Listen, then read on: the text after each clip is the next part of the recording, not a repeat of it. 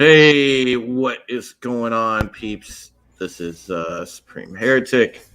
Welcome to the Dinnertime Rumble. we are doing a Wrestlemania recap. Myself and my boy Ramblin Canuck, we decided to do a show and cover what happened over the weekend at WrestleMania 36 with no crowd, by the way. But we still had a front row seat. Believe that. Absolutely. But anyways, we're gonna kind of go through and sort of explain our take on it. What happened? Kind of the notable events. Go through match by match, and we'll kind of give our honest opinions on things, and we'll go from there. Okay, so do we want to be like everybody else and ignore the pre-show? Other than one match on each pre-show, there wasn't really much of anything that happened. No, and the matches were so. The only good one was Natty, and that's just because she brought.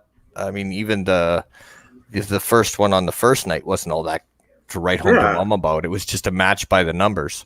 Yeah, it really was. So we're gonna go through here in a second. I'm gonna let Ramblin Canuck do what he does best for a minute or two and let him ramble, and I'm gonna go pee, you guys, because I'm at future float.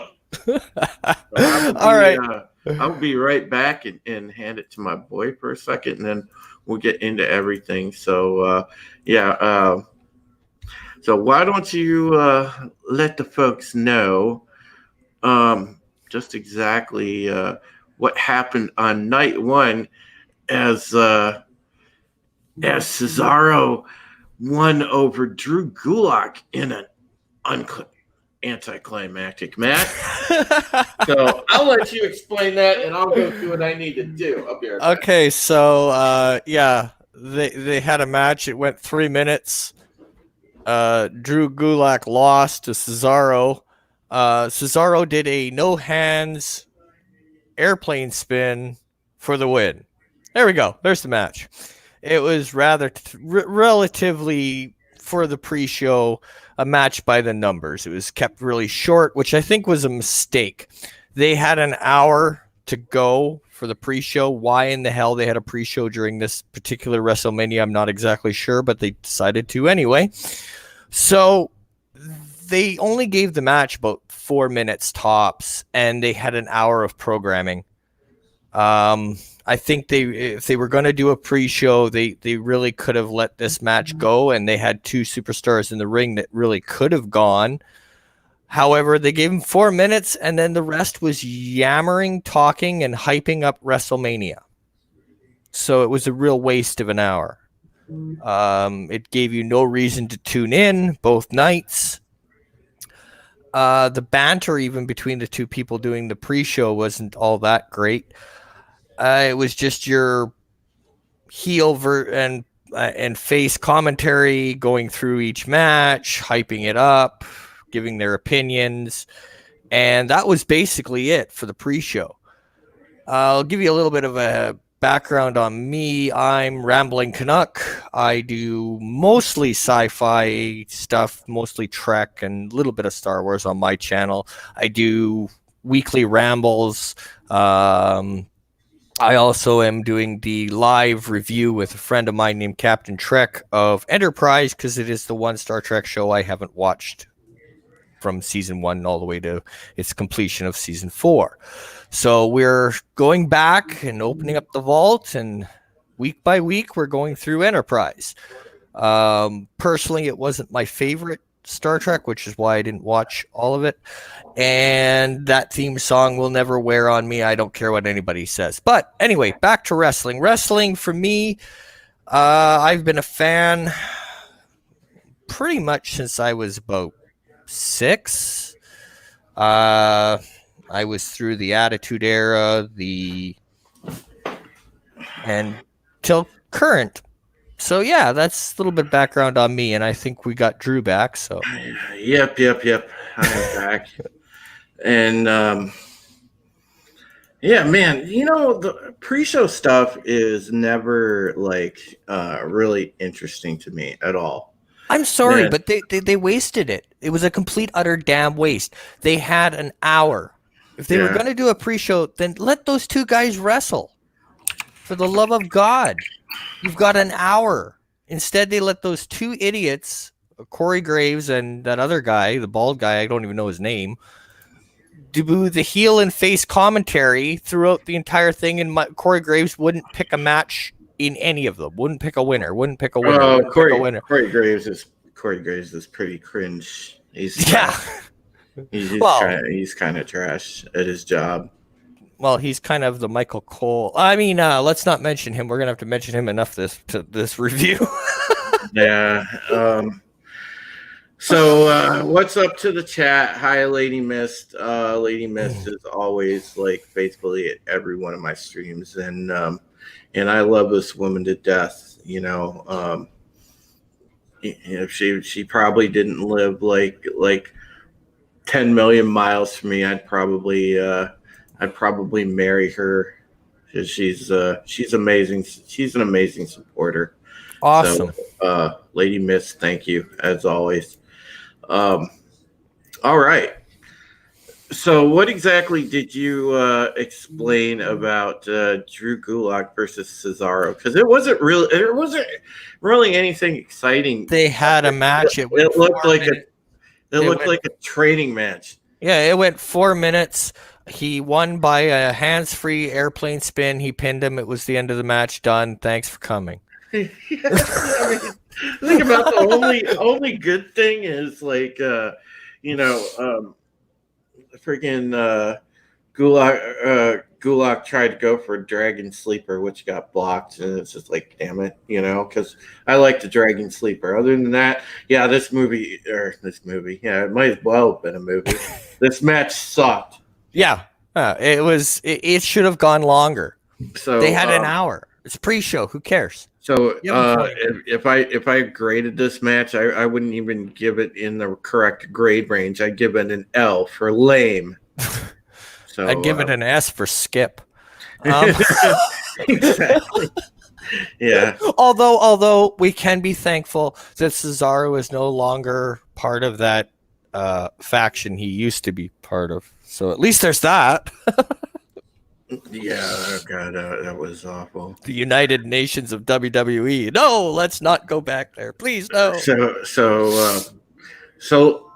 then finally, thank goodness we got to an actual decent match where we had. Well, before we get there, what did you think of that really weird opening movie montage thingy that opened both shows? I don't know. It might have been one of the stupidest WrestleMania openings I've ever seen. I mean, hey, I'm going to take all my superstars and put them in pirate-themed gear. Yay! I mean, it would have made sense if they were emanating from where they were supposed to because of the Buccaneers, but they're not. So, they should have changed that. I mean, it's so goofy. God. And then that stupid voiceover that cut it in half in the middle of it, and then voiceover. Oh my God, it was just horrible the whole way around. Okay, it was awful. I will say I like what they did for the anthem. Yeah. Okay. Yeah, that was doable. But I like that where they went through the different years of people singing it. That was nice. Yeah, that was cool. But we get out of the horrible intro. We get into the women's tag titles match. He's still missing Gronk, the star of the show. Oh God! Do I have I'm sorry, Drew. I'm sorry. Yeah. I couldn't resist. I couldn't resist it. Okay, let's get to Oscar because Gronk's an idiot. Let's just move on. You think so, Canuck? Yeah. So at the beginning, Gronk and Mojo Rawley are standing there, and they're the hosts, like because they're boys, they're the hosts. Yeah. Oh my god, yeah. And what the hell was Gronk wearing? I don't What in blue hell was that Like- jacket? Oh my god, it's terrible. It was like out of a bad 80s B movie. What the hell was he wearing? I don't know, man. Yeah. Couldn't the guy just wear like t-shirt and like track pants or something? Like, Jesus Christ. Wear a suit, you moron. Yeah, Whatever, that anything. too. That too. All right. Women's tag titles match. Bliss Cross Applesauce versus Asuka and Kairi Sane. And I was actually happy. Crappy Michael Cole and JBL are announcing this one. And it's like we said before, chat. The constant jumping around announcers really sucked. It really did. I mean, it added absolutely zero to night one or night two. It was just stupid. You couldn't keep track of who was announcing, and it was annoying as hell. But Drew, in this match, we got the awesome commentary of Michael Cole. Yeah, yelling at the top of his lungs that Alexa Bliss did a twisted bliss on Alexa Bliss. I mean, come on, that's just awesome commentary right there. Michael Cole, Michael Botch. Oh God. And so this the actual match, and for all four of these girls to come out and start, in a no crowd situation in a WrestleMania, this match, the entirety of it was good, and the pacing was good. There was a little like mind game spot, some classic Alexa Bliss stuff. Kairi Sane at the beginning tried to get cute, and Alexa Bliss slapped a taste out her mouth. And then they get into the match. A lot of back and forth offense. Kairi Sane wasn't the greatest in this match, but Asuka, the match made Asuka look really good. Obviously it went through there. There weren't any super insane spots in the match. I mean, there was a couple floor spots and whatnot. I mean, but I didn't really see a whole lot of super like where you would gasp and say, "Oh my God," moments in this match. I mean, it was pretty. It was athletic, but there wasn't any super big spots. And a lot of times, really and truly, when you're watching the women, they do protect them, and the women don't take a whole lot of super high risky bumps either. You'll see it from time to time on NXT, but these girls especially, and with Alexa Bliss, with her history of concussions and stuff, they kind of try to watch. We always know if we're going to get a bump, it's going to be out of Nikki Cross. It's not going to be out of Alexa Bliss. So anyhow, it was pretty back and forth. There were a couple times where Kabuki Warriors had a 2-on-1 advantage.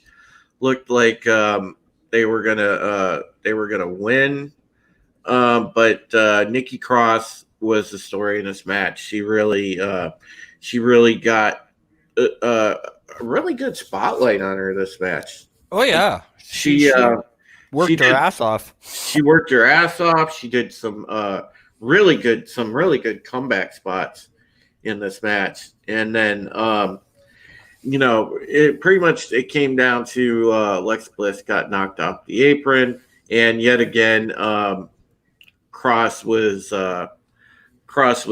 double teamed, and right when it looked like she was going to get taken out, she got over, made the hot tag to Bliss.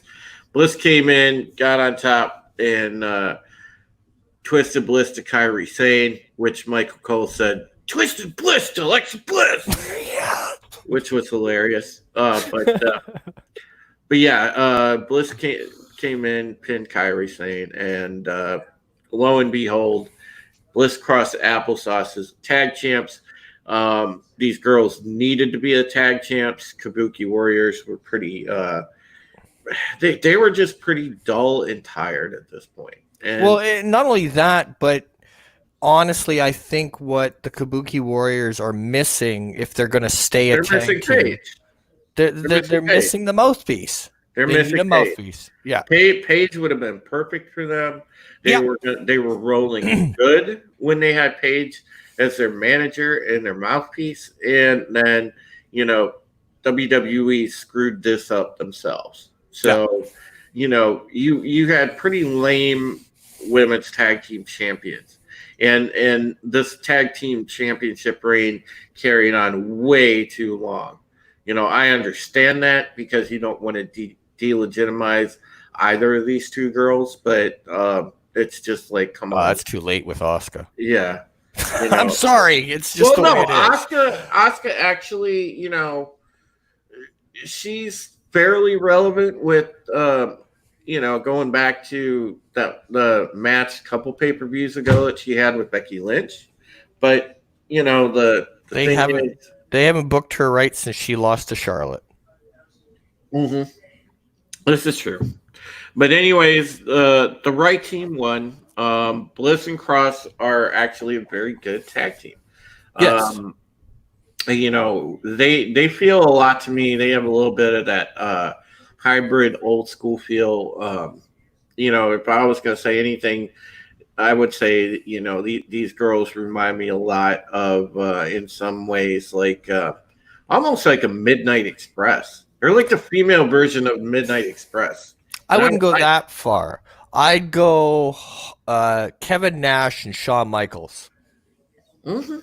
Because Nikki Cross is your Kevin Nash in that situation, right? Mm-hmm. So she's going to be in the ring and she's going to take the bumps for the most part. Whereas Shawn Michaels, or in this case Alexa Bliss, is your veteran who's calling the shots. But but I thought all four women did well in this match. Oh yes, they worked their ass off. If anything, this solid match to start out. I gave this match a B. Yeah, I would definitely. And you know what? They made the next two people look like idiots. Oh, they did. Yeah, they did. Oops, I'm foreshadowing my opinion of the next match. Nothing. There was nothing really great in between here. No. After this match, and real quick shout out to chat, Mr. CCDV, what's up? Parrothead, what's up? Good to see you. We're Mexican Iron Man's here. Nice. Thanks for the sub. I see him lurking in there. Basically, there was nothing redeeming about the next match. No. I mean, this was your first match. If you're a guy and you're sitting there and like I told Canuck, I think it's like, oh, this is a piss break match. Yeah. This is check your emails. Because this was all this was Sami Zayn, and he comes out with no. It's not Sami Zayn. It's Elias and King Corbin. I'm even sorry. Worse waste of time. Elias and King Corbin. And as much as I, like Elias when there's a crowd there, by the way. Yes. Well, and here's the thing. Because this character is dependent on the crowd. Yeah, but here's the setup. 2 weeks ago on SmackDown, King Corbin throws Elias off a high perch, sending him crashing to essentially his doom, and he comes out to the match with nothing more than shoulder tape. Yeah, of course. Right? He's not selling a damn thing. He was just basically thrown to his death 2 weeks ago. No, this was a shitty built match. Again, this was a filler match, and look, Elias is a good athlete. Corbin's a good athlete. Corbin's a decent heel, but for Member Berries, he did give us the Jeff Jarrett guitar smash. Yeah, I mean, this is just other than maybe what Canuck just mentioned with the little homage to Honky and Jeff Jarrett with the guitar smash. Yeah. There really wasn't much in this match. No. It was standard Baron Corbin match. Hey, I'm gonna beat you. Do a deep six. Blah blah blah. Elias gets his ass kicked for most of the match, and then comes in, get some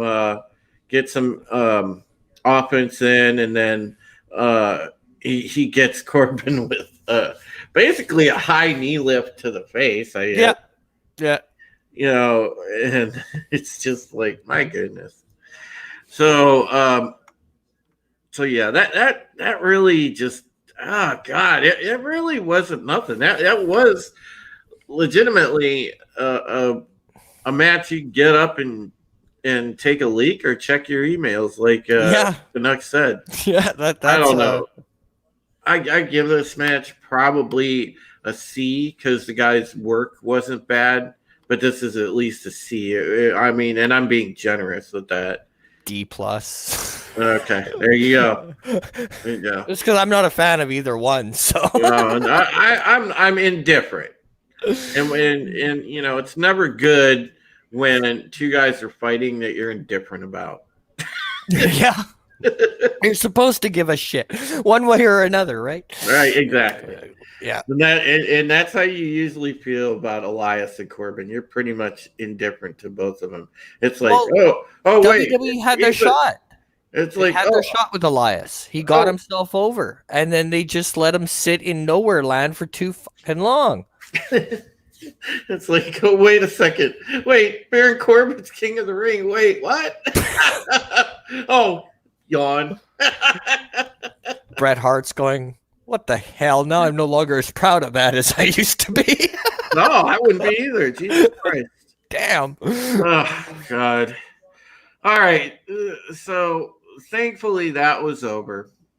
And then we actually got into a decent match that at least did have some build-up. Yes. And was pretty hotly anticipated. We had Shayna Baszler versus Becky Lynch.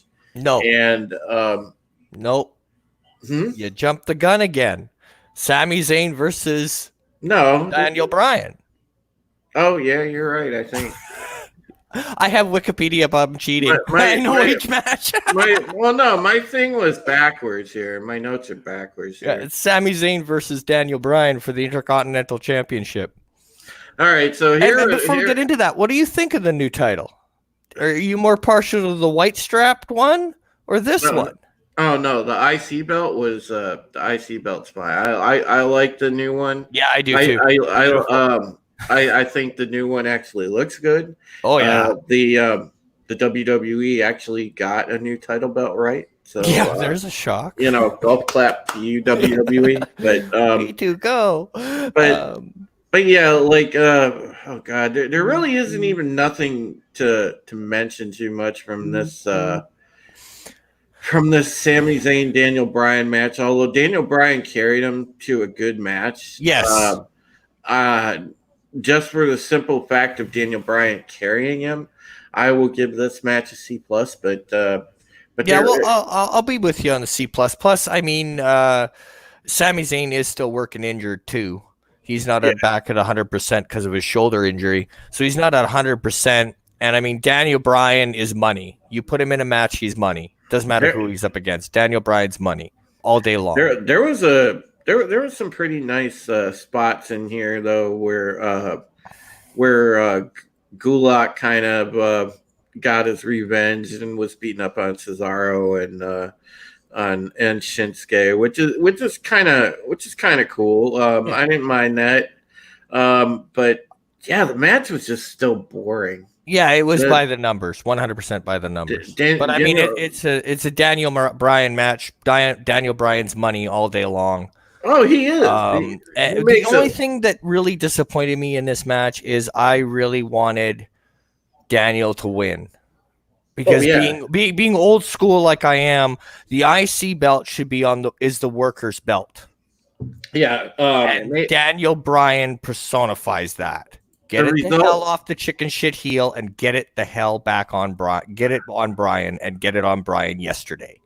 the result of this match, the result of this match, like really was a head scratcher for me because I thought the same thing. I thought Daniel Bryan was going to go over. He should have went over, and this was it was kind of a convoluted ending because technically it ended on a distraction type of Yes. loss. So Sets up for the rematch. so But it yeah, does set up for a rematch, but still, I think that he should have went over clean and yeah. they just should put the IC belt on him. Yeah. But The IC belt should return back to being the worker man's title. oh, it's absolutely it should. And that's what the IC belt was back in the day. And I'm gonna sound like the old fashioned, gatekeeper, but get that damn IC title off the chicken shit heel and get it on the worker sometime today, please. Well, you need a good, strong upper mid card guy to hold that title. Yeah, because that's supposed to be your stepping stone to the WWE. That's You your know, test run. you know, that's a title that should be like on a Ricochet and Aleister Black and Daniel Yeah. Bryan, somebody I'm like right that. there with you. Yeah, 100%. All right, so now we get to Shayna and Becky, and everybody kind of thought going into this match, all the scuttlebutt, all the buildup with this, where Baszler's been looking unstoppable. It looked like Baszler was going to win this match, and the consensus was ahead of time that Baszler should win this match.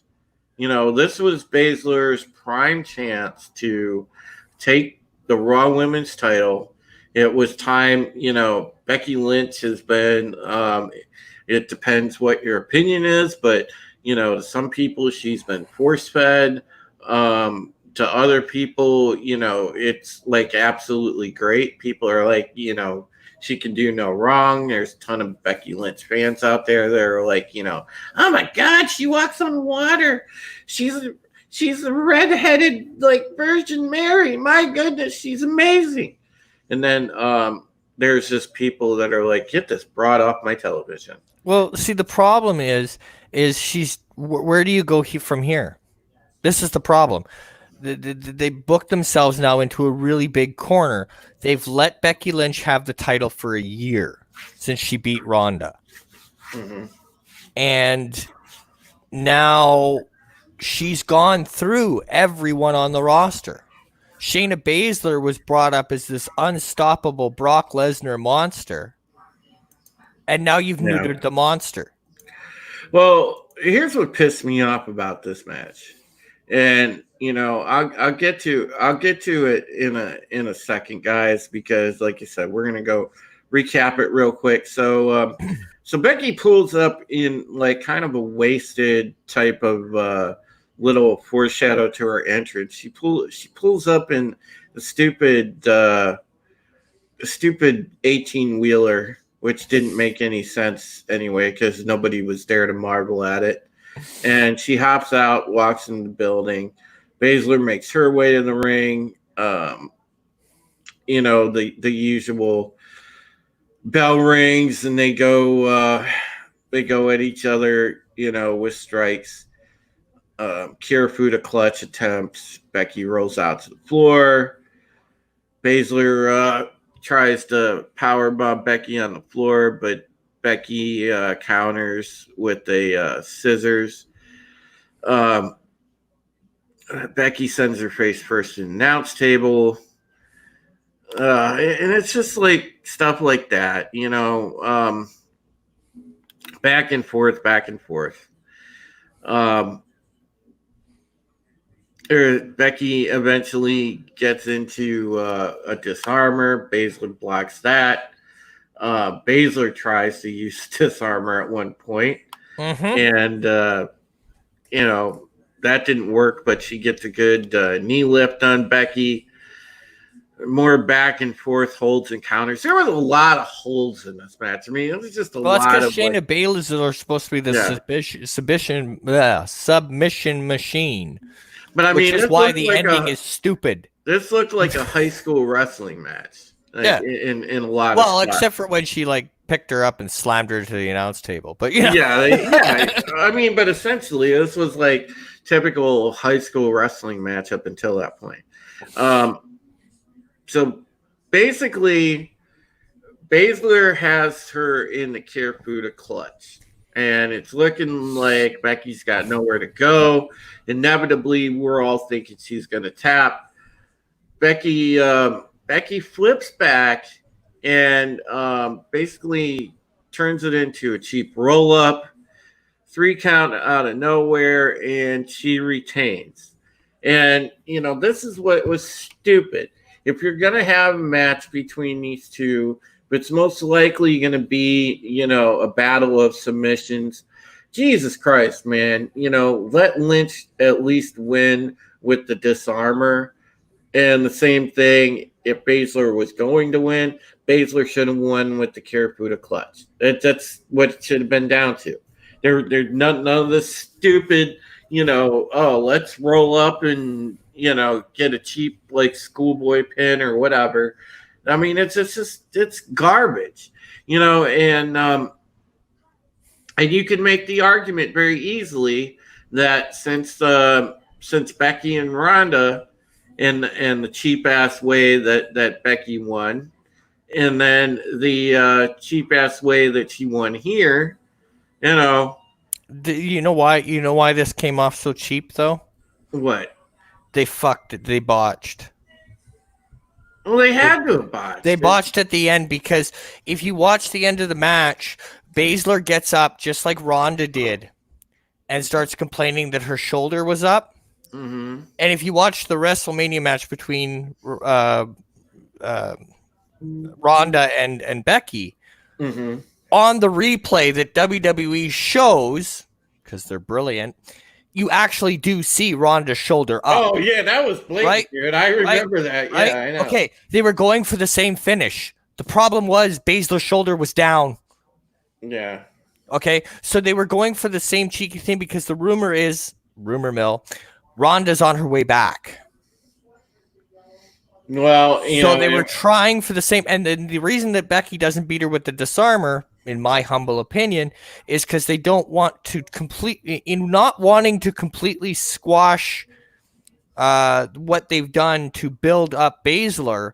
They end up doing it anyway because if Baszler's a submission specialist, how in the hell does Becky get out of her submission?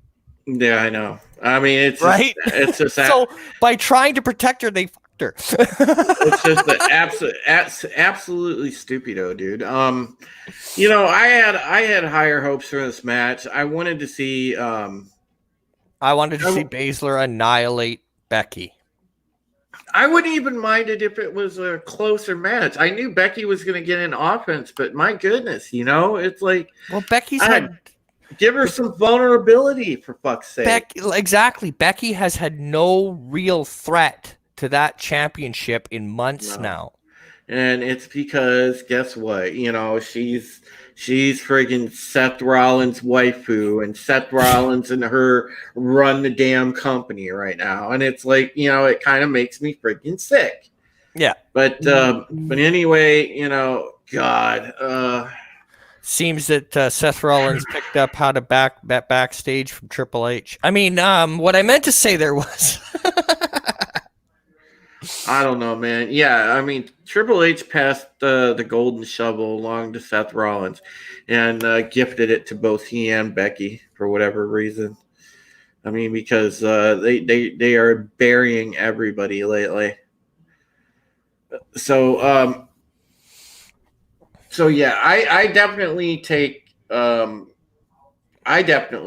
grade away from this match just for the shit ending and everything else. Mm-hmm. The fact that the pacing was very high school wrestling ish.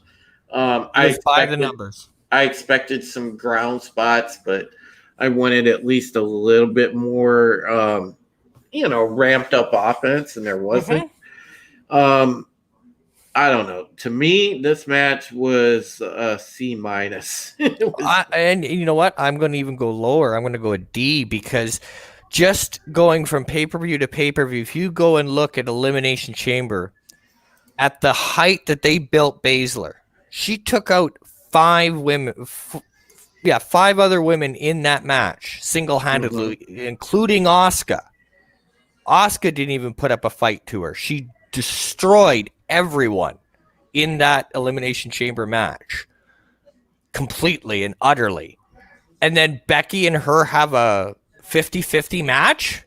That makes no sense. That's like bringing in Brock Lesnar to fight Rey Mysterio and Rey Mysterio putting up a big fight. Yeah. No, that doesn't work.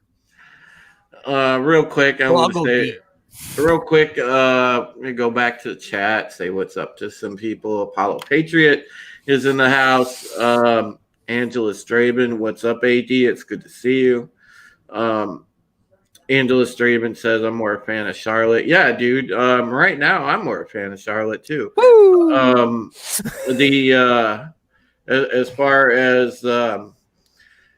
As far as who's got it going on with the women's division at the moment, you can't argue with Charlotte. But we'll get to Charlotte because there was some pretty major stuff that went down with her. And when we get to the night 2 stuff, we will. Mr. CCDB brings up a good point.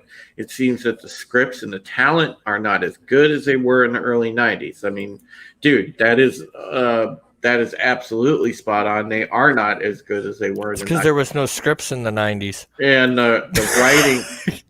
No, or they were minimal. Very minimal. And the writing room consisted of 4 to 5 people tops. Yeah. The writing was better. I mean, there was writing there was writing back then, but because there were a lot of segments. But promo wise was good.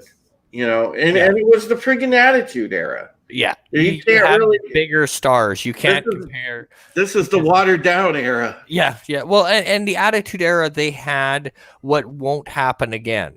They had it where they had eight superstars at a Ric Flair level or a Hulk Hogan level hit all at the same time.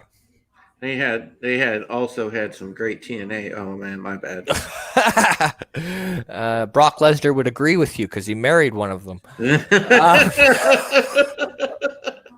I won't say which one, but I'll just say that she once wore a bikini with only hands on her boobs. Yeah. Wow. All right. Moving on. All right. So after the anticlimactic Becky and Shayna match, we go to triple threat ladder match, which when Canuck and I saw this, we were scratching our heads. You forgot a title change. How is this a triple threat match? Oh, I'm sorry. Oh, God, dude. You know what? I'm not letting you skip over this beautiful title change. This was a match for the ages. Oh, God. You know what?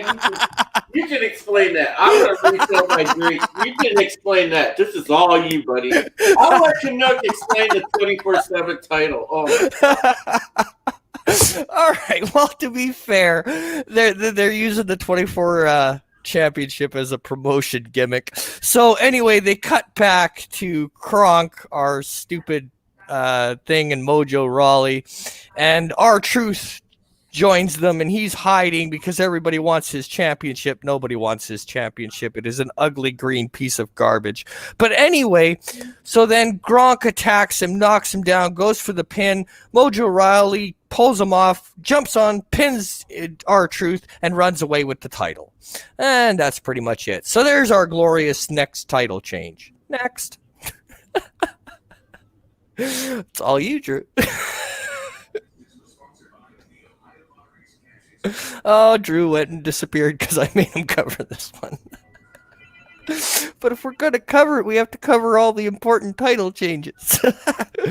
But no, seriously, this was absolute stupidity, and it gets worse, unfortunately. In night 2, they revisit the 24-hour championship. I think he gets to cover that one. That was, and I agree with you 100%. They should have brought back the hardcore title. And I'm sorry, but slapping the rules of the hardcore title on some ugly, gaudy green belt that should be burnt immediately. And I'm sorry, the other title they need to bring back is the European title, and they need to bring it back yesterday. But anyway, yeah. So I guess I got to keep ranting about this stupid, ugly green belt and the stupidity. So now R-Truth is dethroned. And for now, because just remember, folks, in part 2, Drew will explain to you the finale of the 24-hour championship match. Because they do bring it back in night 2. And we get another shocking title change. So there's that to look forward to.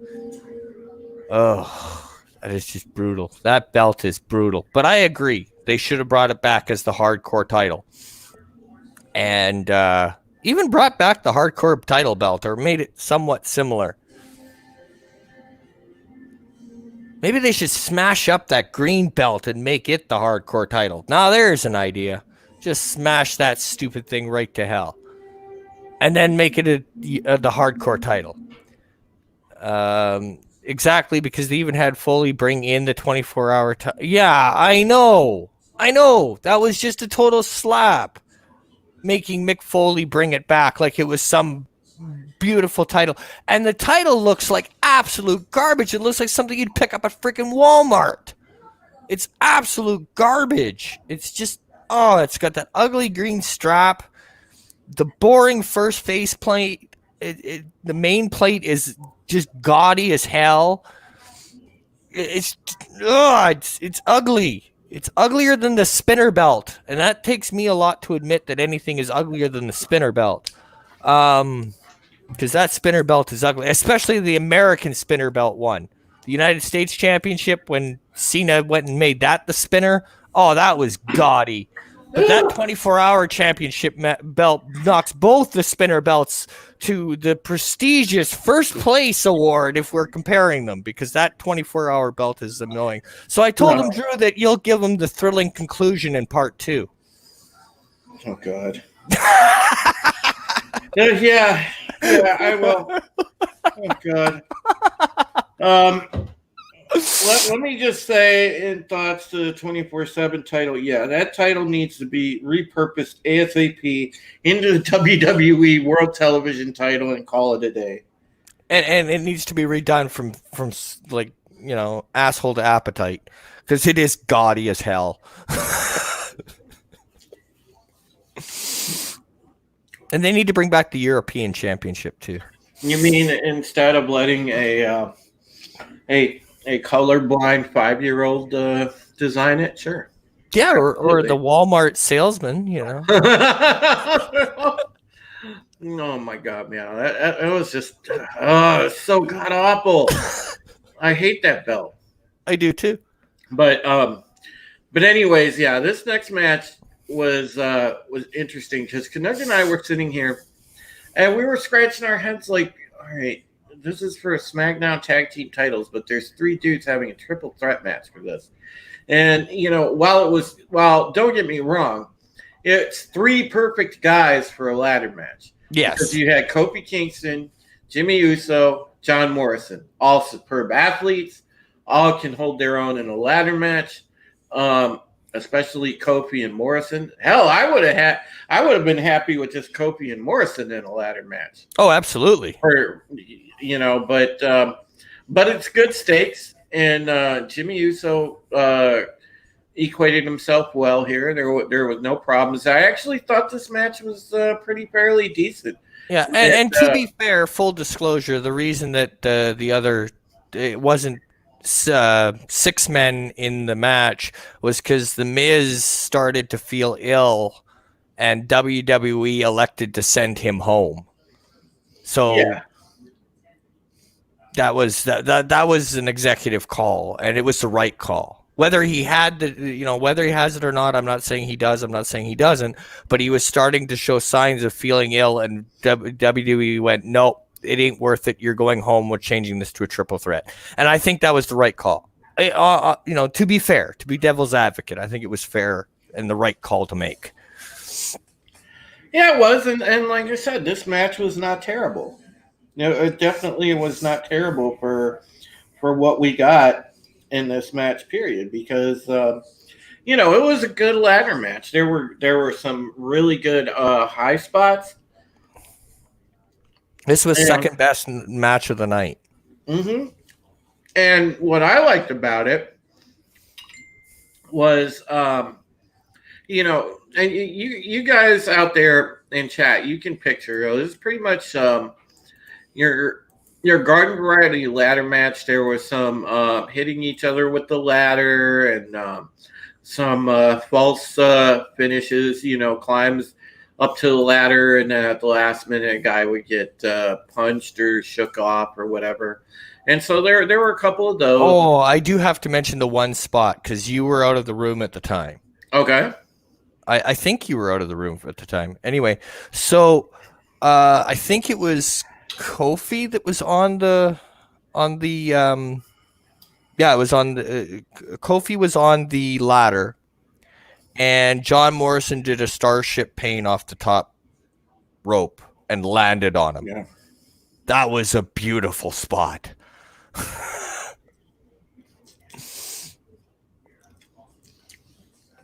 That was just beautiful.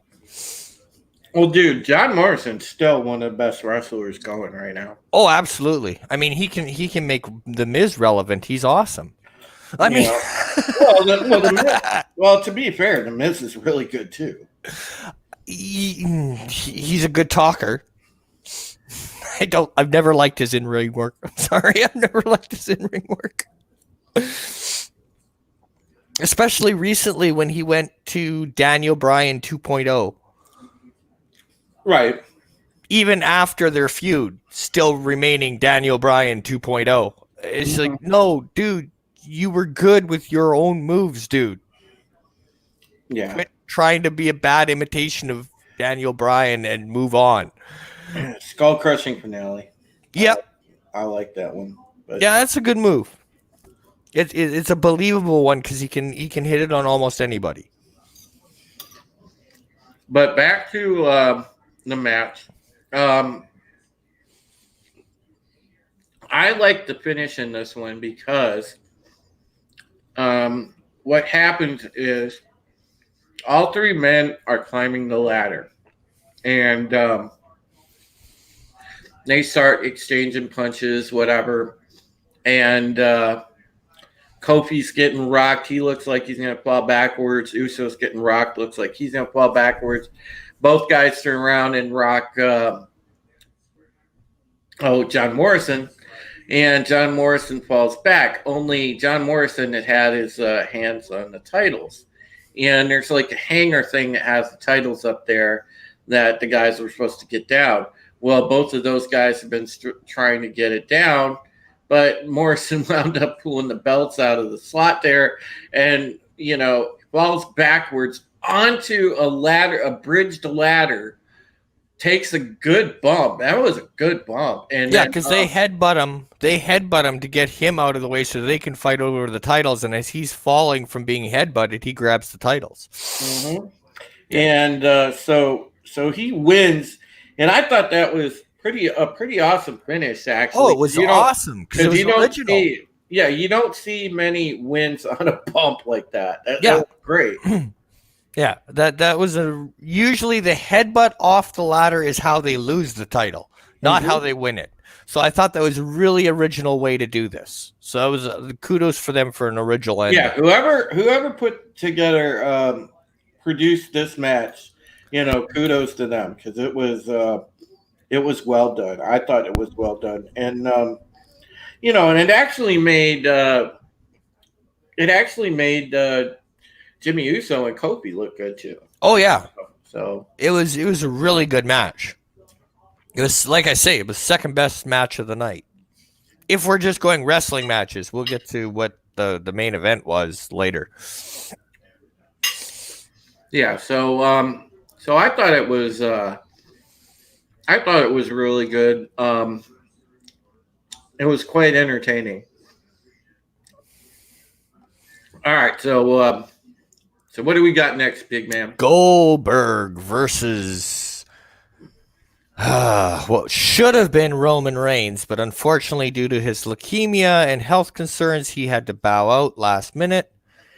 So without setup, they got Braun Strowman versus Goldberg for the Universal title. Yeah, and see, I didn't mind. I didn't really mind the matchup. I've been a long time, person that thought that Strowman deserved a title shot of some sort, a good title shot. Yeah, And at least go over in that title shot.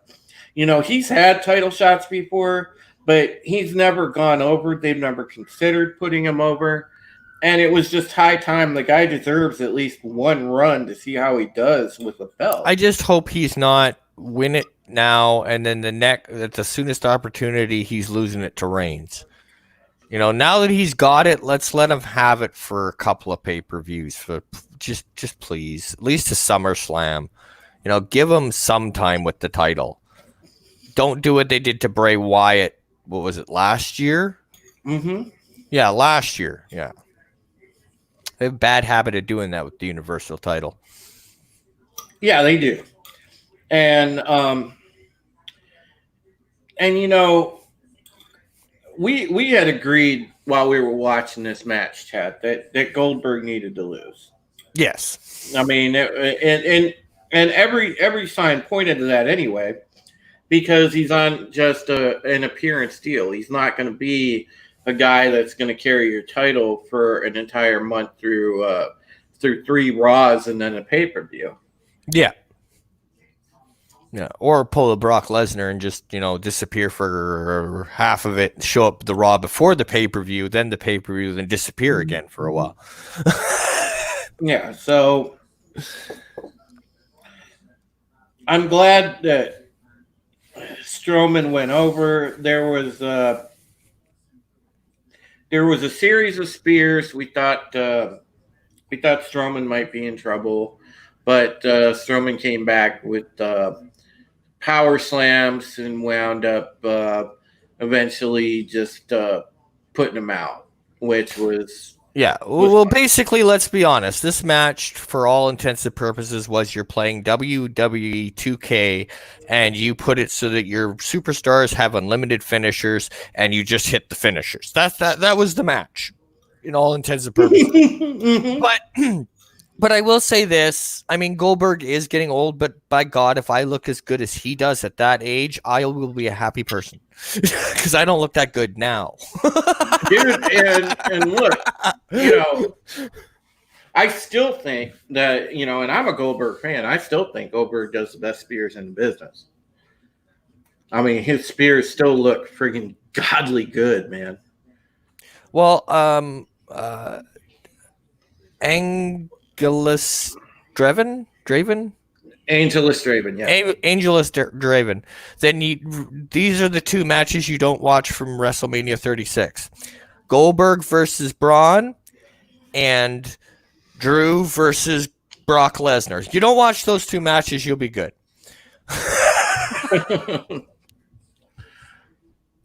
Because it was copy and paste. Yeah, it was. Foreshadow. It was pretty copy and paste. It was, but yeah, I mean, as far as spear wise though, Goldberg is still the man when it comes to doing a spear. Oh, that last one he got in was picture perfect. Well, yeah, it was wicked. Picture perfect. The first one was a little shaky though, because I don't think he's used to giving the spear to somebody that big. but he got it all on the fourth one. But yeah. And we kind of get to the best match of the night after that, which was KO and Seth. Yes. And Oh. And I really liked this match, man. It was kind of everything. It felt Including the fake out. it felt like this felt like a little bit of a throwback kind of match. Yeah. You know, This would have fit in the Attitude Era, 100%. Yeah. So I'll let Canuck kind of go back and explain this one. Well, I'm not really good at the whole blow by blow match, but basically, Seth Rollins pretty much gets the upper hand on Kevin Owens. Kevin Owens gets a little bit of offense at the beginning, but then Seth Rollins basically starts to really beat down Kevin Owens, and then they spill to the outside, and then Seth Rollins grabs the ring bell and hits Kevin Owens, getting disqualified. They actually call the disqualification. And at that moment, I swore, because I thought, you cheap bastards, don't you dare end a WrestleMania match this way. I don't give a damn if there isn't a crowd. You don't end the match this way. And then they did something really different. So Seth Rollins goes up the ramp, and he's laughing. Kevin Owens gets in with the microphone, and he calls back Seth Rollins and says, no disqualification. We finished this. Get your butt back in here. If you're as good as you say you are, blah, blah, blah, blah. Babyface promo. Get your butt back here. And so Seth Rollins, without, what we would have normally got if there was a crowd. We thought there was going to be a run-in. Yeah, or if there had been a crowd, we don't get the Vince McMahon or the power figure, whoever it is of the week, come out and go, no, you get back there. I'm not letting a match end like this on WrestleMania. Seth actually goes, okay, and then he comes back, and they continue again. And then later on in the match, they go back and forth. Seth Rollins is really laying in the beating. And then slowly but surely, Kevin Owens gets back. And then Kevin Owens grabs the ring bell and hits Seth Rollins twice in the head with it. Then he brings him into the ring, stands him up, looks him dead in the eyes, stunner, pin, 1, 2, 3, Kevin Owens. But I forgot the most important part. After he hit him with the 2 ring bell shots, he lays him out on the announcer table. Then he goes up and climbs. He goes backstage. We don't see him for a little bit. He climbs up onto the WrestleMania sign, pulls a Shane McMahon, jumps off the WrestleMania sign, elbow drop through Seth Rollins. They drag Seth Rollins into the ring. Then it's stunner, pin, 1, 2, 3. But he gets his Shane McMahon jump off something freakishly high and drive my elbow into somebody. WrestleMania moment. This might have been the match of the weekend, honestly. I mean, it was good, really good, start to finish. I liked the pacing. I liked the insult to Seth's honor, and then him coming back and them doing basically a no DQ encore match. Yeah, it was awesome. It was awesome, and so I thought that was good. This match was easily, Seth and Owens too. They're two of the best in the business. Period. Right. Yes. Now. So you knew you were going to get a quality bout out of those guys, but this was easily, to me, this was an A. Yeah, this was A+ for me. Yeah. Yeah, just Kevin Owens finally, because Kevin Owens hasn't had a good track record come WrestleMania. He's kind of gotten kicked in the nuts. Although, yay Braun Strowman, last year he went from winning the titles with a what was it, 12-year-old the tag team titles to winning the championship the next year. I think it was last year he did that. Last year or the year before. Anyway, but no, Kevin Owens finally getting his WrestleMania moment, and he pulled a Shane McMahon, did the jump off the high spot. It was really good. It's a really, really good match. Even with a fake out, it was really good. Yeah, so this was easily a match of the night, and then then the B movie. Oh, how are we going to go through this without either A, dying of laughter? Okay, I'll say this, and then this is going to foreshadow what I'm going to say about part 2. Out of the 2 hokey matches that they put on during WrestleMania, this is the best. This is the better one out of the 2. Just because they put on 2. In part 2, you'll hear about the stupid thing that was the Funhouse, and we both disagree on this. But I as far as I'm concerned, it was absolute trash. But whatever. What Undertaker and AJ Styles did was entertaining. What it does for AJ, Luke Gallows, and Carl Anderson going forward, I'm not 100% sure. It kind of weakens them as a faction. But not a lot. Yeah, it is The Undertaker, so you can kind of get away with it. Yeah, exactly. He doesn't hurt you one way or the other. No. Although I do love, and I'm going to jump ahead here, but I do love at the end, one person made a smart-ass comment in the meme section of this where he basically at the end, AJ Styles is begging Undertaker not to put him in the grave, not to bury him. Please don't bury me, Taker. Please don't bury me, Taker. And the comment was, are you sure he was talking to the Undertaker or Vince? Right?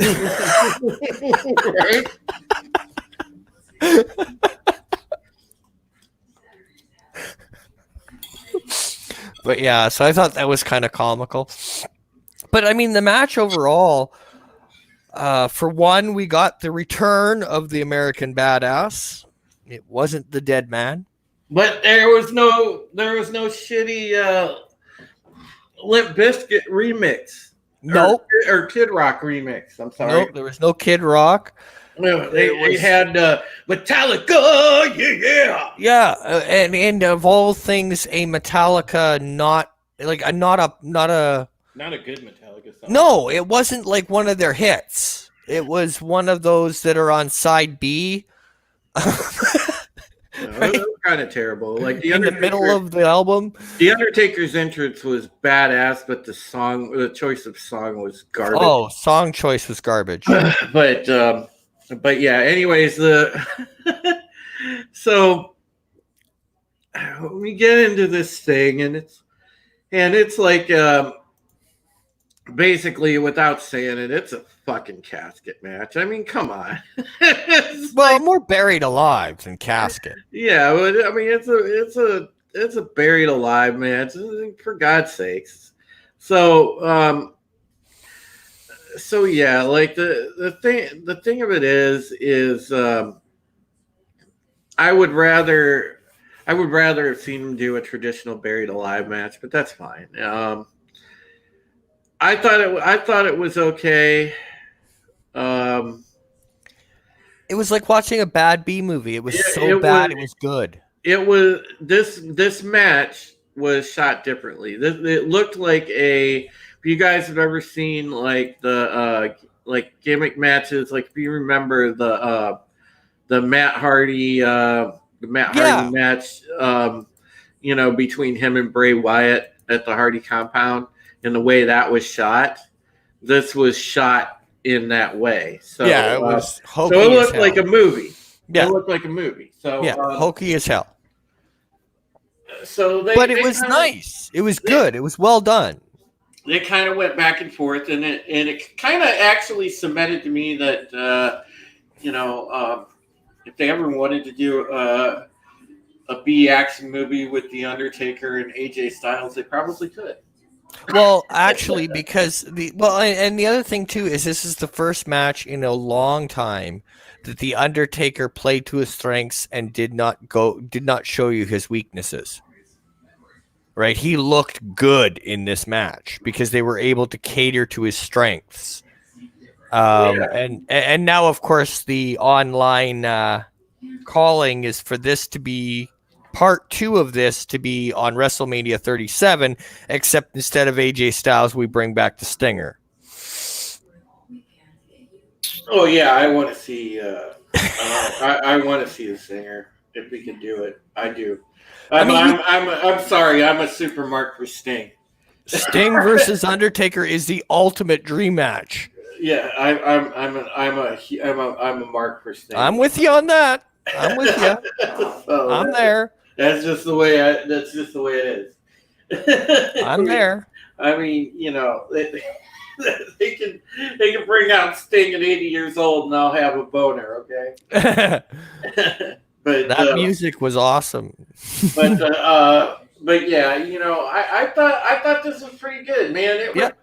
It was kind of one of them cool scenes in an action movie where you got the hero and the villain finally meet up and have a showdown, and they are just kicking the shit out of each other all over, in the midst of shit blowing up and everything. Here's a good way to put it. If you were a fan of the fight scenes from Power Rangers in the 90s, you will love this match.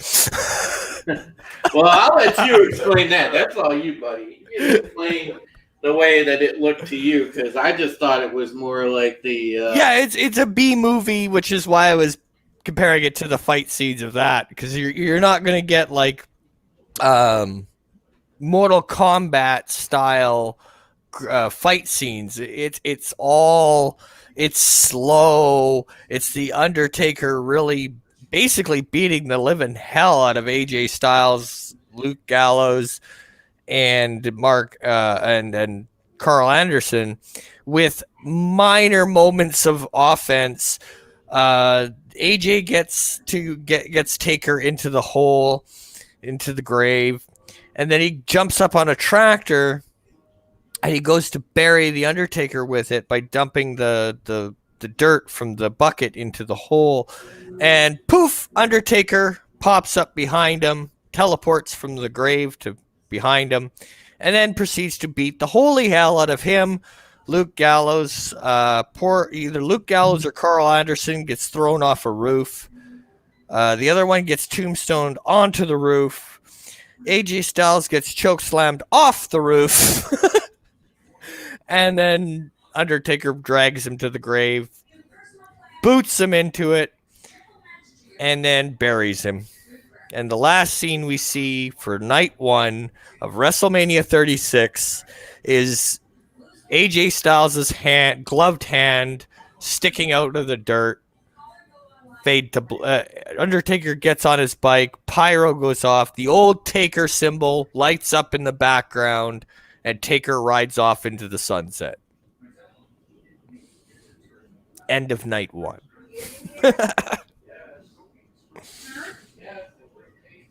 But yeah, so as before, well, we're waiting for Drew to get back. But yeah, basically, this movie. That's basically what it was. This match was so brutal, it was good.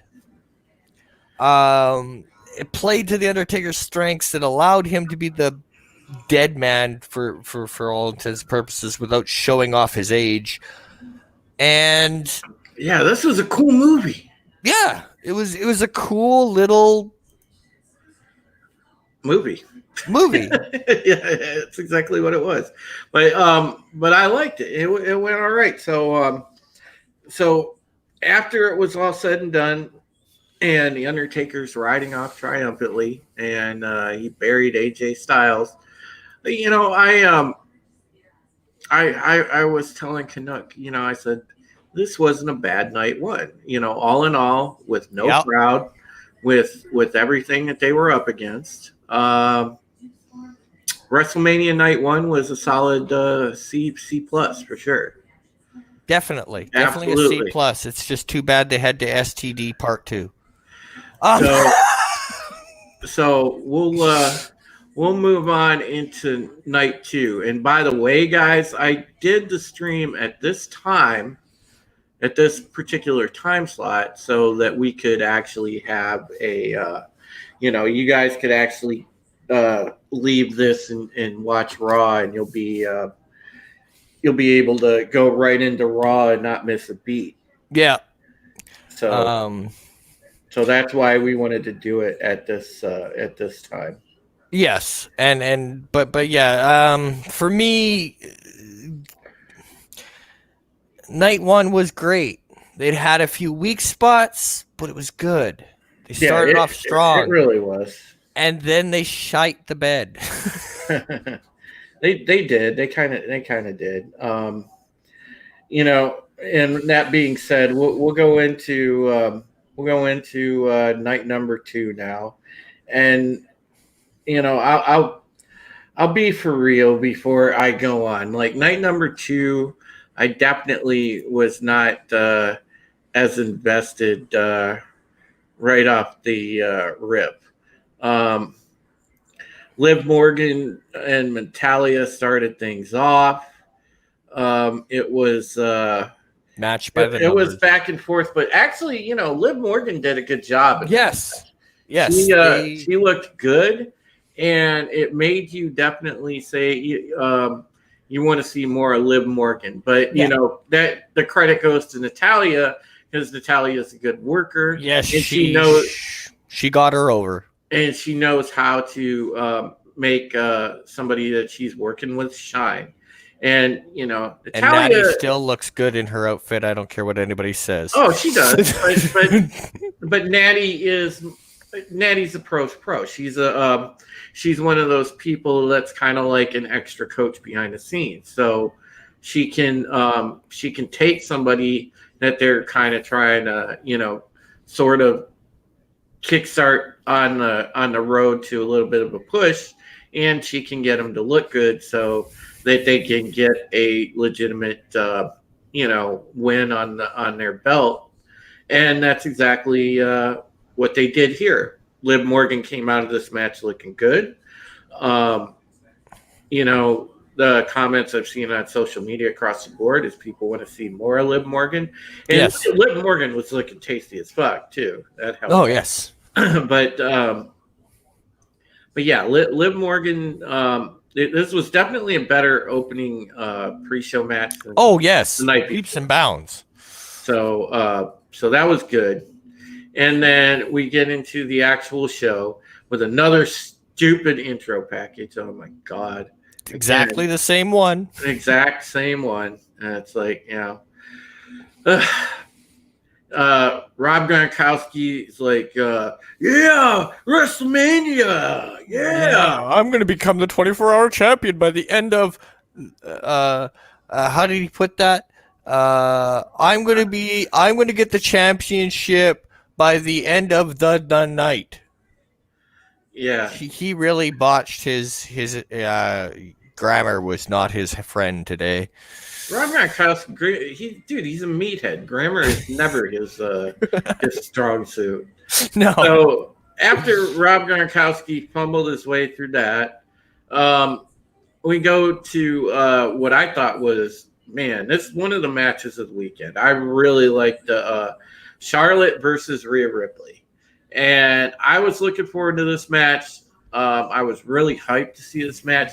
I thought it was awesome. The build for it was awesome. I thought that it was a perfect powerhouse versus powerhouse match. Two great athletes, and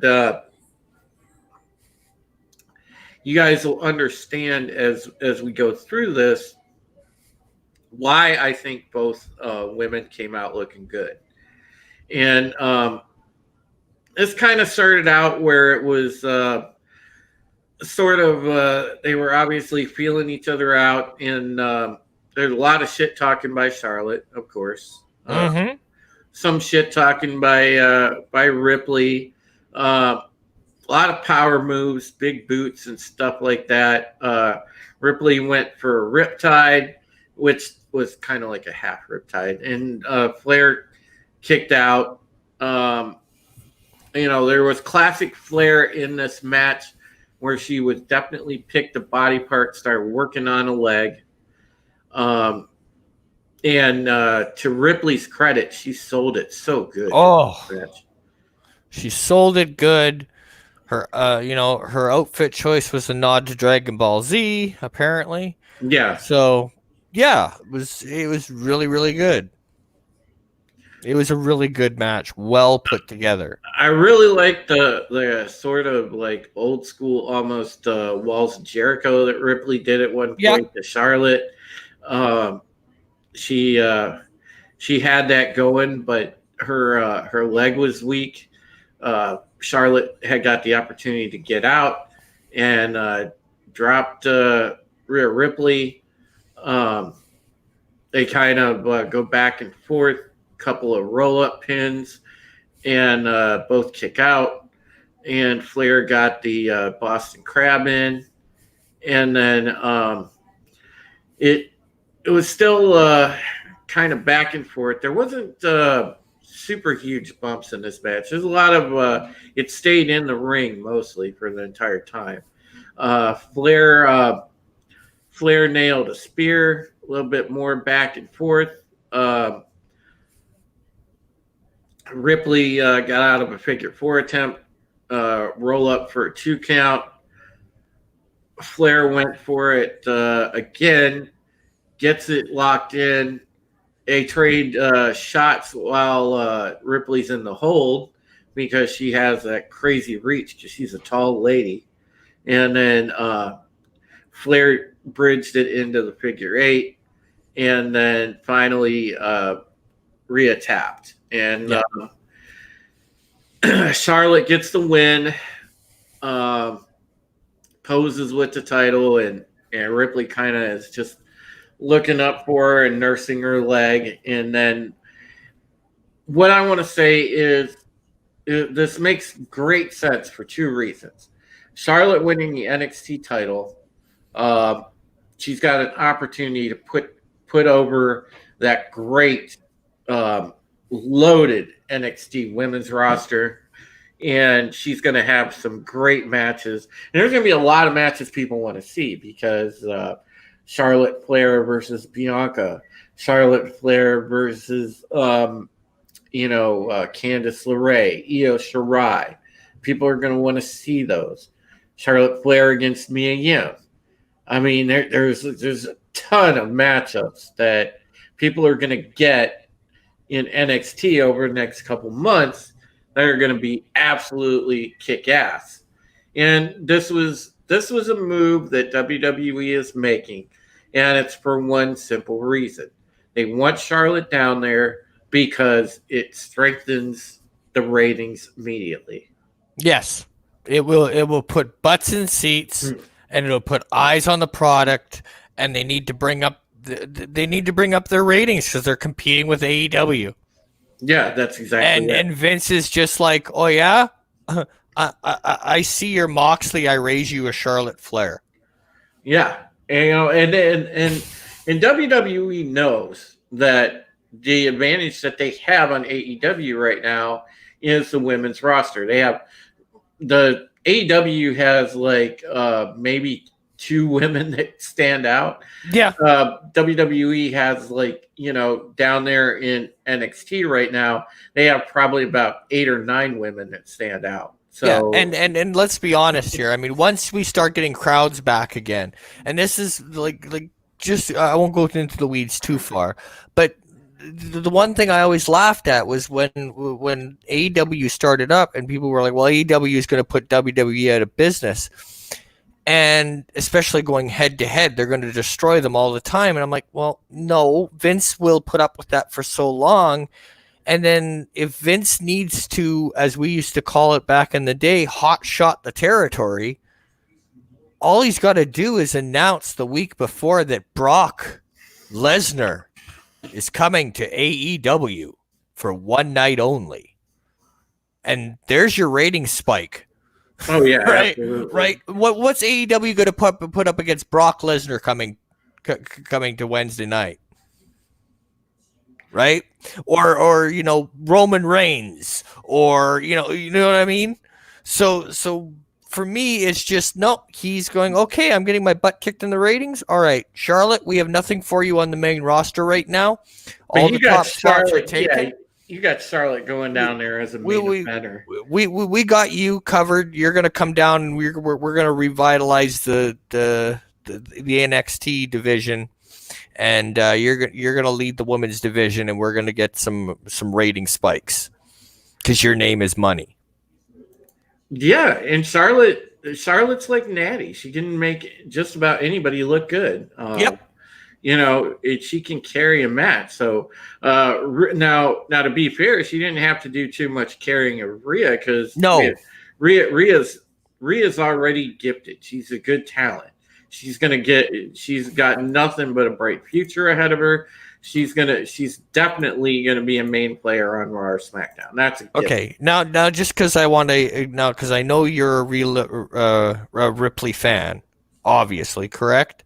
Mm-hmm. Okay, well, I'm giving you an opportunity to cut a promo on these wrestling fans that are whining and complaining that Ripley was too vocal in her match. She screamed too much. She needs to learn to quiet down and shut up when she's wrestling.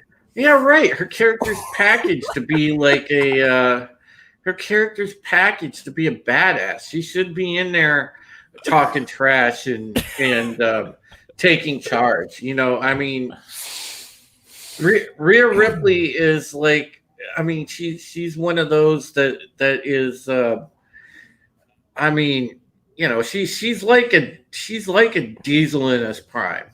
Yeah. Somebody like that. She's a powerhouse character. Of course, she's supposed to be like that. Yeah. All right. So what do we have next? Oh, next wasn't that Black and Lashley? Oh, yeah. Oh God. Okay, so this match was an absolute travesty. Do we really want to stay blow to blow on this one, or? Well, No, not even, well, because you went to go get pizza during this one, didn't you? yeah, this was when I went to get my pizza. Thank God, because this was a yawner of a match. And trust me, folks, I'm an Aleister Black fan. All right, They did him dirty. They did him dirty. but this was like a shit match, and it wasn't because the guys worked bad. It was just that it was a shit match. There was really not much build to this, and if there No. was, it was very convoluted. It was just shit. What this really should have been Aleister Black and AJ Styles, but they decided to deviate from Ricochet. that, and they put Black against Bobby Lashley for some inexplicable fucking reason, and they made Black look like a chump at the end. yeah, They did him dirty. Black should be. Right now, Aleister Black should be like a very powerful babyface. He should be going through people like nothing, and he should have he should have really got over on here. But it's like even the Black Mass he finished with was weak.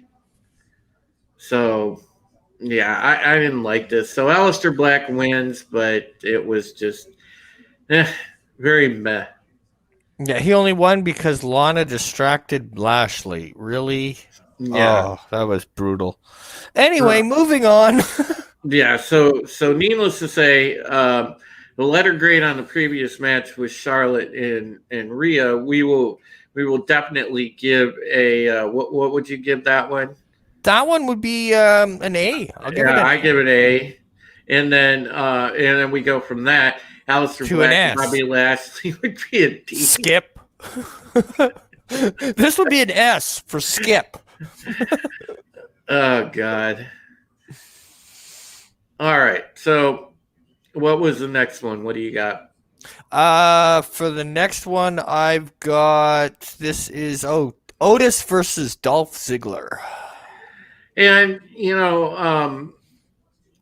we were split on this one. I didn't mind the whole storyline they've had going with Mandy and Otis and Sonya and Dolph this whole time. I didn't mind it, and I like Heavy Machinery pretty good. I think they're a pretty decent tag team. So I didn't mind this, and Well, at least they paid it off right.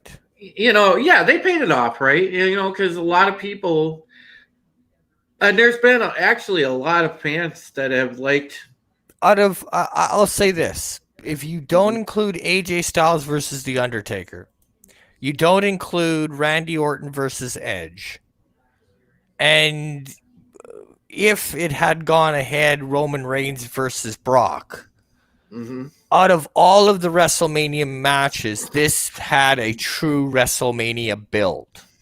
Yeah, it did. The storyline's been good, and universally, the fans have actually wanted the storyline to happen because everybody wanted to see, Otis has been kind of getting screwed and getting bullied, and people want to see him get his comeuppance and get his revenge on Ziggler and get the girl. They want to see him get with Mandy, and well, to be fair, I'd love to get with Mandy too. There's no lie. So I mean, shoot, who wouldn't? But it's all cool. And then they go back and revisit what led up to it. They show the thing from SmackDown on Friday where the truth came out. Otis saw that Sonya kind of sabotaged the whole thing and was conspiring with Ziggler, and so you had that set up to it. So Otis and Ziggler were about to have it out, and they did pretty good. It's a typical power guy versus speed guy. Ziggler doing a lot of countering and getting his offense in, and everything like that. And then Otis finally, kind of second half of the match, catches up with the power game. And, he starts to wear Ziggler down a bit. Pretty much it kind of gets to the end. They go to the floor. Otis launches Ziggler into the barrier, which was a cool bump. Mm-hmm. Then he throws him into the ring post and does like a single man compactor, which I thought was pretty cool. So a little bit of back and forth stuff happens, and then Sonya Deville kind of distracts him, and Ziggler, didn't she do the low blow on him? Yeah, no, Dolph Ziggler kicks him in the nuts. Yeah, that's what it was. And then he drops, and then Sonya Deville comes out, Sonya comes out, and but WWE screwed up in one sense. They played her entrance music. One, there's no crowd, so why you're playing the entrance music, and two, bugger off with that. And then, so she comes down. Yeah, Mandy comes down, and Mandy comes down, sorry, not Sonya. Yeah, knocks her out, and then goes around and Tucker Otis was down and Ziggler and had the ref. He snuck in and boom, low blow, good old fashioned China low blow to the balls. And then Otis got the caterpillar on Dolph for the win. And after the match, Otis is celebrating with Mandy and gives her a big smooch, and everybody's like, good happy ending there. So that was that. For that match, honestly, again, it wasn't world shaking, but I give it like a an easy, probably C minus. So it wasn't bad. Yeah, it wasn't bad. It actually had build. It paid off. It paid off proper. Ziggler did what he does best. He was a jobber for the night. I mean, did I say that? Um, and yeah, it played off well. It was a good story. I'd give it a C just because it was a little too soap opera for me, but it's okay. It was still good. It's just not my taste, but good. Yeah, what do we got? What do we got next, partner? All right. According to Wikipedia, because my brain can't remember what I had for breakfast, never mind what I watched yesterday. Uh, I believe we are moving on to Edge and Randy Orton. All right, so this one, you know, not that it's much of an upgrade, but we had Tom Phillips and Byron Saxton on commentary. Edge came out to his usual entrance, which even though there were no fans there, I marked out for it. Yep. Randy Orton came out next, which I never mark out for, unless he's coming out to, Shine in My Light or whatever that old song was. But anyway, this was what we thought it would be. Last man standing match, so they made their way around the entire arena. Lots of good. You forgot the one confusing part about Randy Orton's entrance. Okay. That really didn't make sense because there's no audience members, right? So why did he have to disguise himself as a camera guy to sneak up on Edge? Yeah, exactly. Anyway, carry on. Sorry.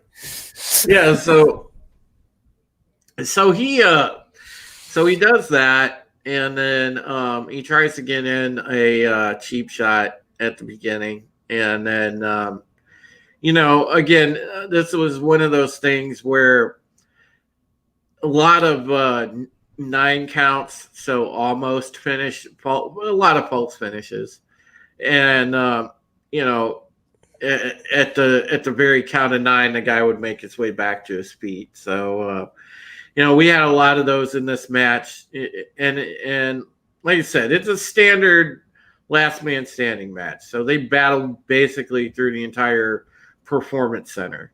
There was a nice spot where they were by the LED boards and they were fighting on that. And Orton tossed Edge from this platform into the ringside barrier. That was a good one. There was they battled into this boardroom, and there was a very cool spot that Edge did where Orton wound up on the table, and Edge kind of was climbing on the light fixture up there, and then dropped on top of Orton and hit him, which was cool. Yeah, I enjoyed this match pretty much, although it did get pretty long and drawn out. That was my only. Well, okay, and now before we wrap up this match, for me, this was really between this and Charlotte Flair was the only good part of night 2. Oh yeah, absolutely. Right, between the two of these matches, this is the only thing worth a damn on this show. Now, for me, a lot of blowback. WWE has gotten a little bit of blowback because I don't know if you're aware, but the Chris Benoit documentary was released about 2 weeks ago. Okay, yeah. So WWE's gotten some blowback because remember that spot where Randy Orton basically hangs Edge? Yeah. Okay. Well, a lot of people are giving WWE blowback because that spot was offensive given that documentary reminding everybody of what happened with Benoit just aired, and then to do a spot like that was inconsiderate. I think that's BS. What do you think? No, it's BS. Yeah, isn't it? That's a reach, dude. And Yeah, I know, isn't it? if anybody's offended, it's friggin' I'm Snowflake. serious. You should see. It's worse than the SJWs. I'm not even kidding. It is worse, hands down worse. They are like offended to the offended level. That how dare WWE do a spot like that, given that they just had this documentary come out. It is ridiculous. Well, no, Absolutely actually, the one this past week was New Jack. Yeah, New Jack's the one before that. That took the Benoit stuff freshly out of people's minds. I know.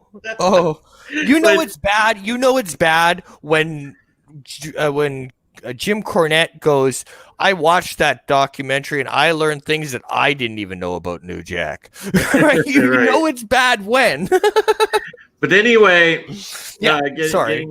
Getting back to the match. I thought this went a little long, but it did wrap up the story, and the build for this match was really good. Oh, it was awesome. Super good build by both men. They wound up basically the ending of the match is they battled up on top of this truck inside the garage of the Performance Center, and they had a big spot fighting on top of the truck.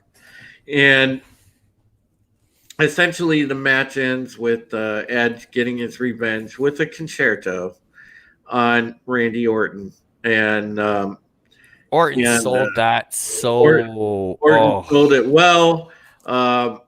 Edge here's a 10 count. Edge's body language was great. Orton's body language was great, and it was a really good storytelling match. I just thought it went maybe 7-8 minutes too long, but that's fine because it did go crowd for this match so bad. That's the only thing that I'd say. And the commentary team needed a swift kick in the nuts because they didn't do them any favors. With given the fact that this was a 30-minute match, it could have went 20 and been just as good. Yeah, I agree.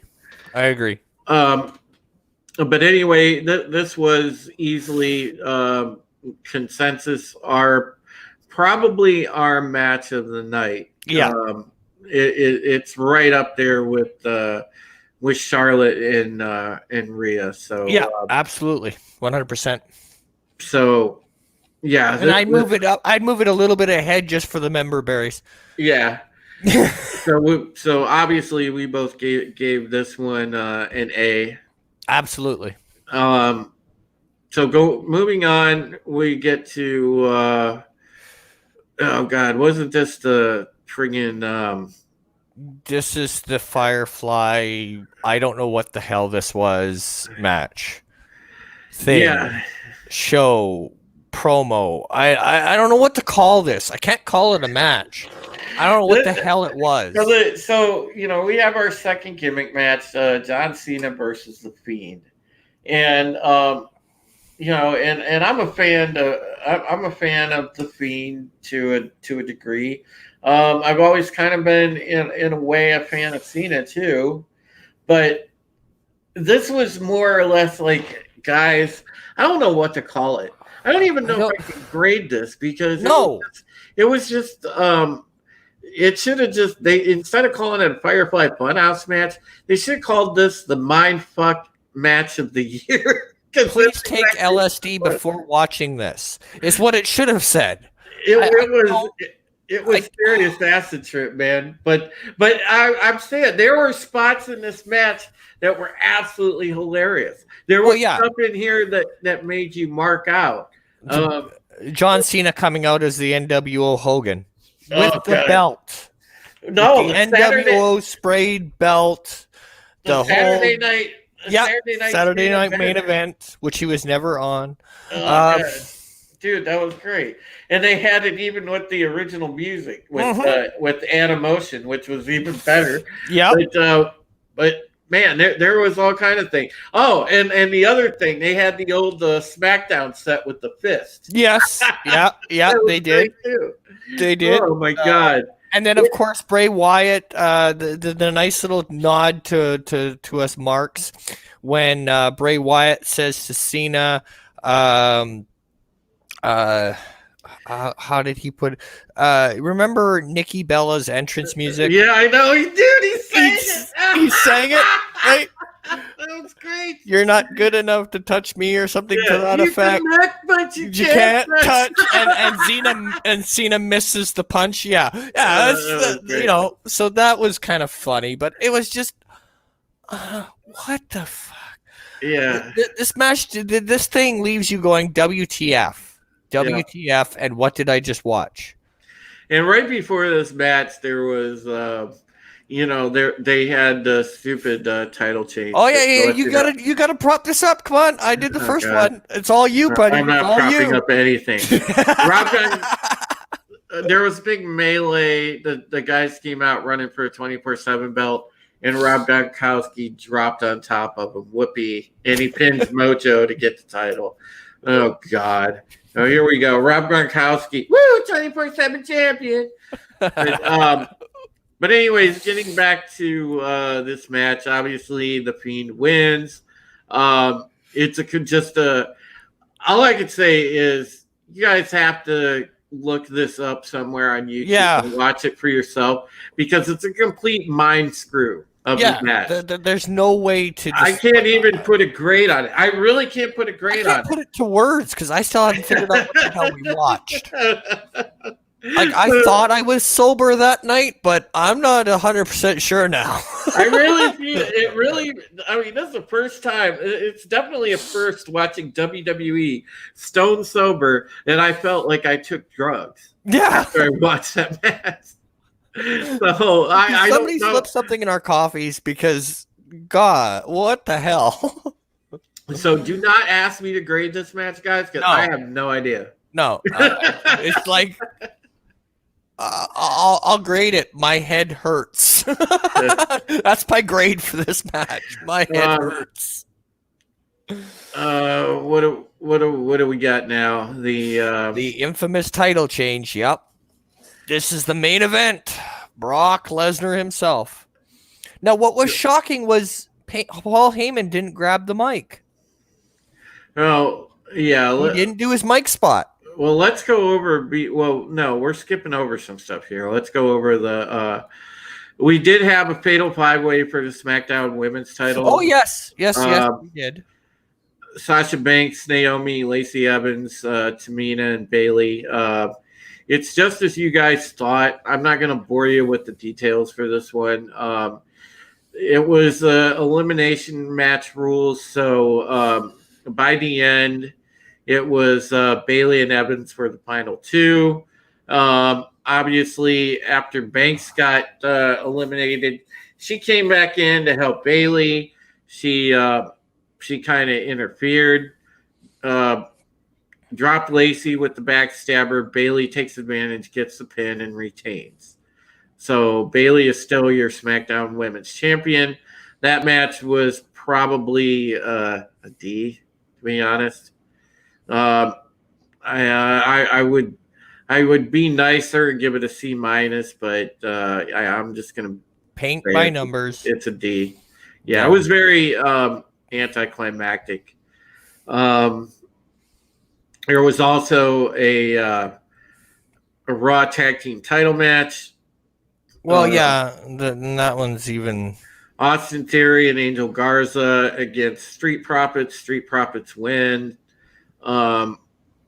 Nothing great there.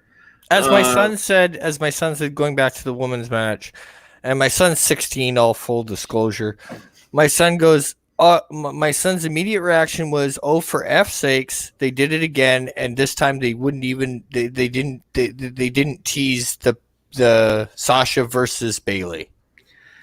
Yeah, they had a moment. They should have had that face off. It should have been those two, and it wasn't. And then they teased it at the end, and they still didn't give it to you. Yep. Street Profits retain the titles. They did have you did have Zelina Vega interfere. Bianca Belair came running down and made mincemeat out of Zelina Vega. So it looks like at least we're getting a tease of Bianca Belair coming up to the main. So we'll see what happens with that. My estimation is that she should still get an NXT title run before she comes up, but they may be, given what they did at WrestleMania, they may be giving her a push sooner than later. Yeah, well, honestly, I want her to stay in NXT because I don't want them to bring her up to the main, because if they bring her up to main, they look like they want to team her up with the Profits, and I think that would hurt her push-wise. Put her with Profits. I think that would hurt her character. Yeah, but some of those people do actually want to work with their husbands and wives. Oh yeah. So, I mean, and they don't discourage that. But, no. But anyways, so that was that. I gave that match really and truly. That was another anticlimactic match. I gave that one a C-. I thought the interference by Vega was good, but she's really good at what she does. And Bianca Belair coming in was a good highlight. And I gave that one a C-. It was better to me than the women's Fatal 5-Way. Yeah. Then we're kind of getting to the end here. We've got McIntyre versus Lesnar. I really wanted Drew McIntyre to come out to Broken Dreams. He comes out to his normal, bagpipe-ish theme. Yeah. Lesnar came out to his usual, and the bell rings, and Lesnar really comes out overpowering. Hits he kind of just starts pounding Drew. Drew kind of gets his way out of the corner with sort of a Claymore kick. Backs up, waits for Lesnar to recover. Lesnar dodges Claymore, hits a big German.